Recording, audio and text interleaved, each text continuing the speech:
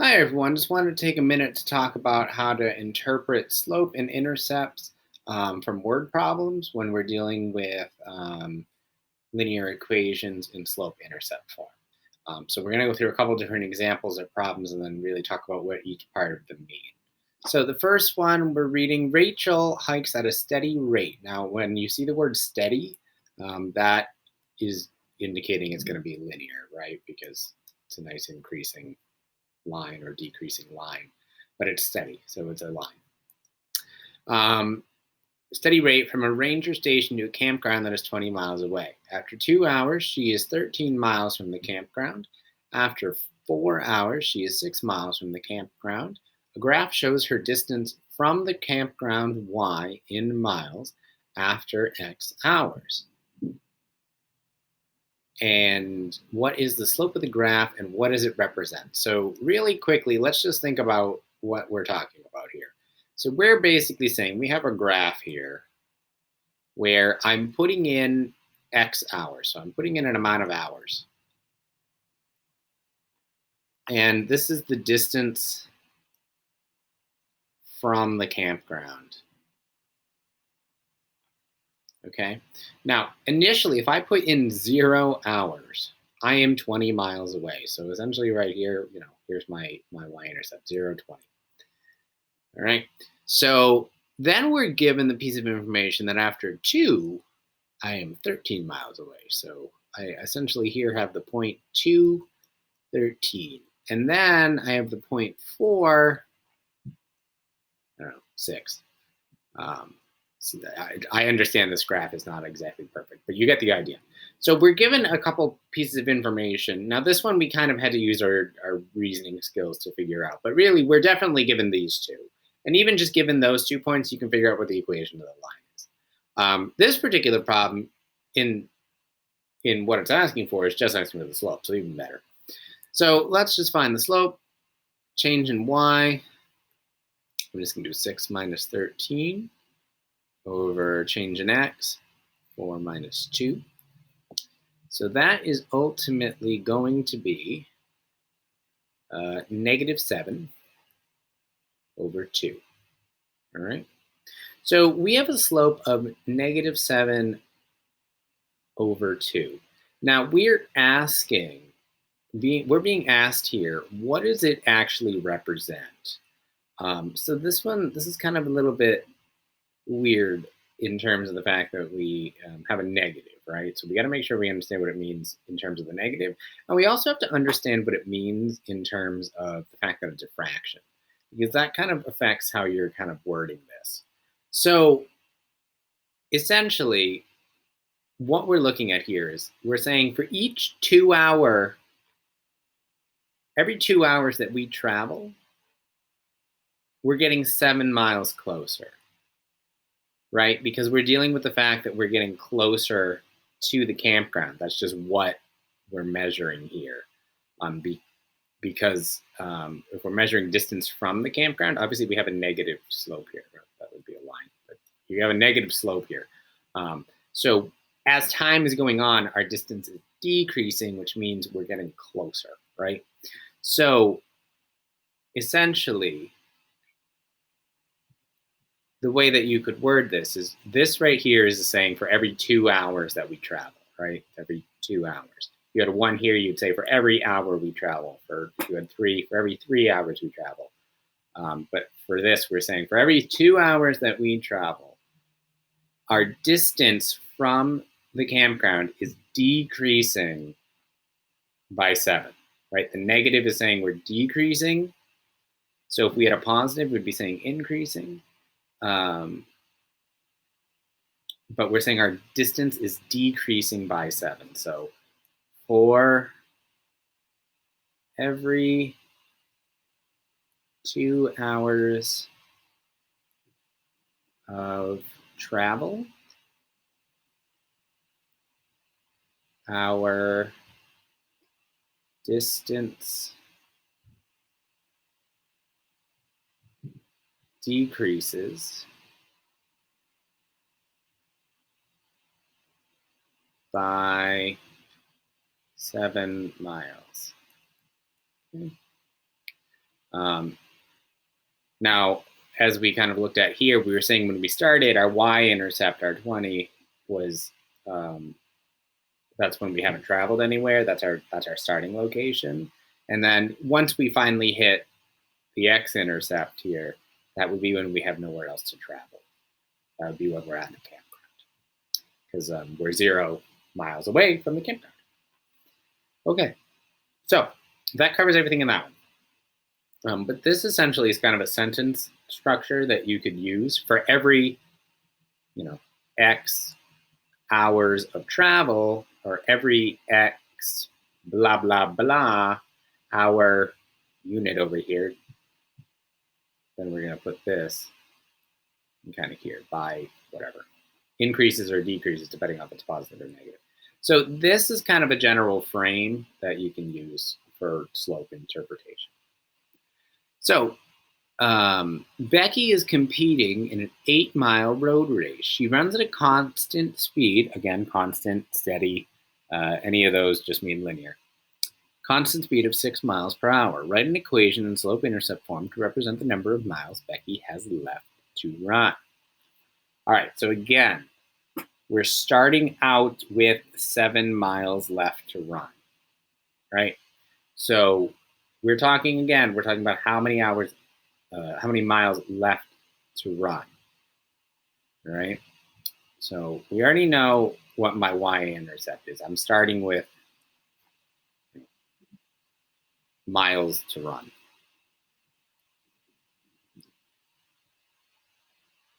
And essentially what the other measurement is, this is hours, right? We're saying after blah, blah, blah hours, Becky has this far left to run, right? So when we're competing in an 8-mile road race, so she starts off here, she has 8 miles left to run. That's what we're starting off at, right? We're starting off our y-intercept here. We're starting off at the 0.08. That's saying we have 8 miles left to go from the beginning of this race. And then for every 1 hour, we know she's running at a constant rate of 6 miles per hour. So I could put 6 times the number of hours. The only problem here is we're saying, we're talking about how much is left. So after 1 hour, she's gone 6 miles, right? So that means she only has 2 miles left. So we have to make this a negative, okay? Because we're talking about, we want to figure out how much distance she has left to run. After running for 1 hour, we know she's gone 6 miles because of her speed. So therefore, she has 2 miles left. So essentially what we did is we took 8 minus 6, which is where we got our 2 from. All right. So that is ultimately how you set this up. And then when you hit the x intercept here, that would be when she finishes the race. And whenever your x value is how long it took her to finish the race. Right. So let's finally move on. Last one. This one's a little bit tougher. Luis and Raul are riding their bikes to the beach from their respective homes. Luis proposes that they leave their respective homes at the same time and plan to arrive at the beach at the same time. The diagram shows Luis's position at 2 points during his ride to the beach. Write an equation in slope-intercept form to represent Luis's ride from the house to the beach. Okay, so let's just start with, I'm saying Luis. It could just be Louis, but I'm already committed, so it's Luis. All right, so let's look at this one. So we're given that after half an hour, so after 0.5 hours, there's 11.25 miles remaining, right? So we're essentially given that after 1/2, there's 11.25. I can see now that this whole thing is in decimals, so I'm going to write that as 0.5. Okay, that is a 0.5. All right. So we're dealing with everything in decimals, so I am going to leave this in decimals, 0.5. Whoa. I'm sorry. That just bugged out. Okay, 5.5. And then our other one here, we're saying after 1.25 hours, or I'm sorry, after 1.2 hours, there are 6 miles remaining. Okay, so again, this is kind of our same situation where we're talking about it decreasing. Well, let's find our equation for this. So this one, unfortunately, we're not given any of the intercepts, so we do have to kind of reason our way through it. Do we know how far he is? No? Darn. Such a shame. Okay, well, I guess we're going to have to use the slope equation to figure this out, and then we're going to have to figure out how to find the y-intercept from the points that we are given. So 11.25 minus 6. All right. And then I'm going to do 0.5 minus 1.2. All right. So this ultimately comes down to 5.25 over negative 0.7.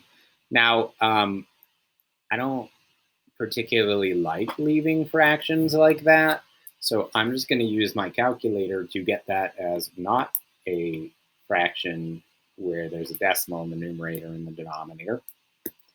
So when you do that, that equals 7.5. All right. And you could have actually just done, negative. Gotta remember the negative. So how could you have done that without a calculator? Well, you know that this is the same thing, as 7/10, and that's the same thing as you put that in fourths, or you could put it in tenths, I suppose, depending on how you set it up. Or you could say that's 70 over 100 and then put that over 100. Anyway, you could have found a common denominator and then simplified and everything like that. But anyway, so moving on, it ends up being negative 7.5, and that's my slope. All right, so I am found my slope, but the problem is I need to figure out what my y-intercept is. So I am so far told to this point based on what I know. Okay, and I don't know what my y-intercept is. So I don't know how far he originally was from his house. That's what our how far the beach is from his house. That's what our y-intercept is actually telling us in this particular problem. So we're going to plug in either of these 2 points. I don't care which one we so choose. I'm just going to pick the first one because it's the first one. Yeah, it doesn't really seem to make a big change here. No. All right. So 11.25, that is equal to negative 7.5 times 0.5 plus b. So 11.25, that would be, let's just leave it as decimals and let's worry about each of the signs first.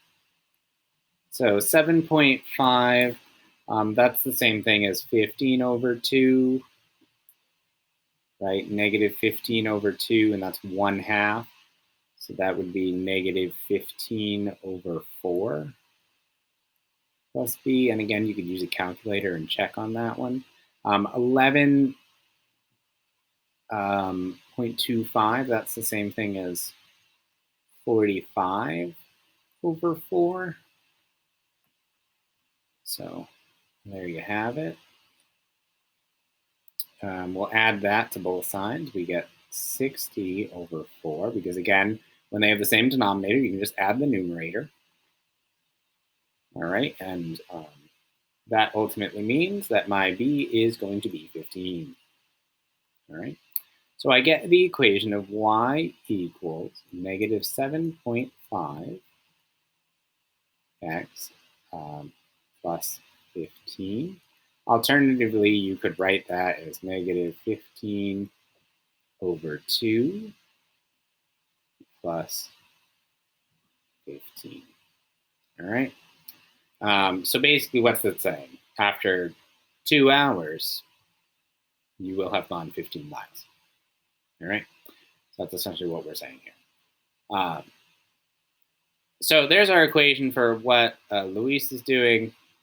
And now we're saying if Raul lives 5 miles closer to the beach than Luis, What speed must he ride for the plan to work? All right, so let's look at what we're dealing with here. We're saying right away that our goal is for them to arrive at the beach at the same time. Based on what we've seen here, this is for Louise. And now for us to figure out when they're at the beach, that'd be the x-intercept. So that's when y is equal to 0, right? So when y is equal to 0, we have negative 15 over 2x plus 15, negative 15 equals negative 15x over 2x, multiplied by the 2. I'm going to put this over here because I just ran out of room.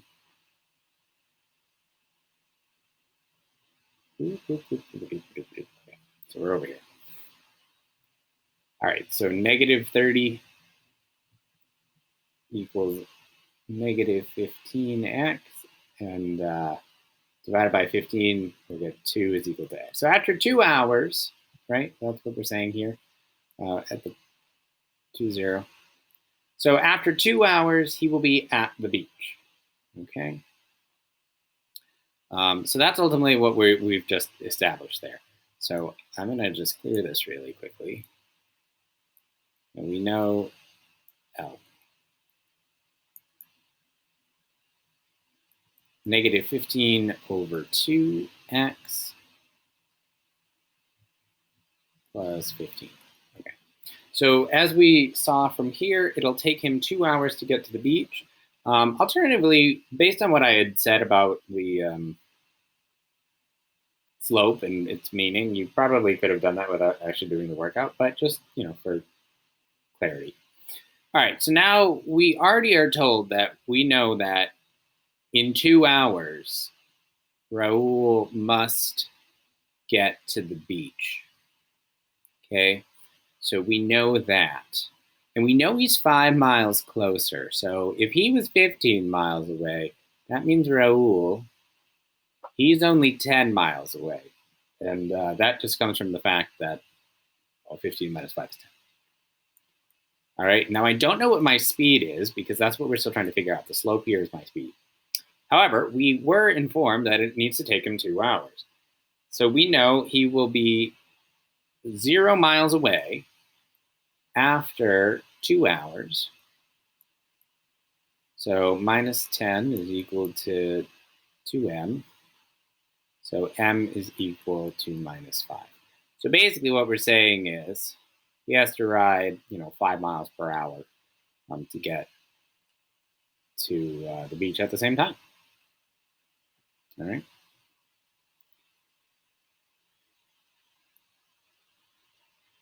Okay, so we were saying that Luis is going at a rate of 7.5. So every 7.5 miles per hour. And then Raul, since he's 5 miles closer, only has to go at a speed of 5 miles per hour to get there at the same time if they leave at the same time. All right. So I hope this answers some questions and gives you some clarity on how to do problems like this. Please let me know if you have any questions. Have a good day.